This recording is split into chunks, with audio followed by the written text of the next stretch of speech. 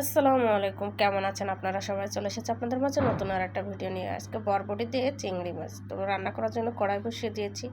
কড়াইটা গরম হয়ে গেছে, আমি পরিমাণ মতো তেল দিয়ে দিলাম পেঁয়াজ কুচি। পেঁয়াজ কুচিটা একটু নেড়ে নরম করে নিয়েছি। নিয়ে এই পর্যায়ে দিয়ে দিলাম আদা রসুন বাটা দিয়ে একটু নেড়ে ভেজে নিয়েছি। ভেজে নিয়ে এই পর্যায়ে আমি দিয়ে দিলাম চিড়ে রাখা কাঁচা লঙ্কাগুলো দিয়ে এখন আমি স্বাদ মতো লবণ দিয়ে দিলাম হলুদের গুঁড়া, ধনের গুঁড়া দিয়ে আবারও মশলাটা সামান্য পরিমাণে পানি দিয়ে ভালো করে কষিয়ে নিয়ে আগে থেকে ধুয়ে রাখা চিংড়ি মাছগুলা দিয়ে দিলাম।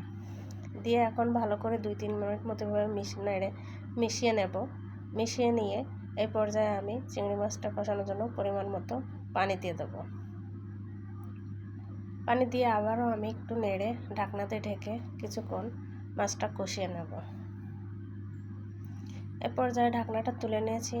আমি আবারও একটু নেড়ে ভালো করে মাছটা কষিয়ে নিলাম। এখন আগে থেকে ধুয়ে রাখা বরবটি দিয়ে দেব। বরবটির সঙ্গে আমি একটা আলু দিয়ে দিয়েছি। আলুর সব তরকারির মধ্যে আমার কাছে আলু না দিলে ভালো লাগে না, দেখা যাচ্ছে আলু দিলে তরকারির স্বাদটা বেড়ে যায়। দিয়ে আমি ভালো করে তরকারিটা মিশিয়ে নিয়ে সামান্য পরিমাণে পানি দিয়ে আমি তরকারিটা একটু কষিয়ে নেব।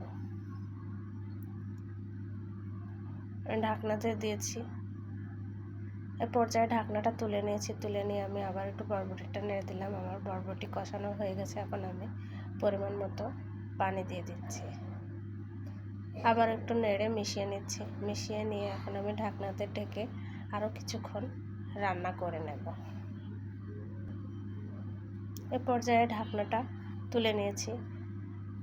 আমি এখন একটু নেড়ে দিয়ে আরও কিছুক্ষণ রান্না করে নেব। আমার ভিডিওটা যদি আপনাদের ভালো লাগে প্লিজ লাইক করবেন এবং বেশি বেশি শেয়ার করবেন। যারা ফেসবুক পেজে দেখবেন আমার পেজটা ফলো দিয়ে রাখবেন, আর যারা ইউটিউব চ্যানেলে দেখবেন আমার চ্যানেলটা সাবস্ক্রাইব করে রাখবেন। আমার রান্না হয়ে গেছে, এদিকে আমি নামিয়ে নিয়েছি। দেখেন কত সুন্দর একটা কালার হয়েছে। সবাই ভালো থাকবেন। আল্লাহ হাফেজ।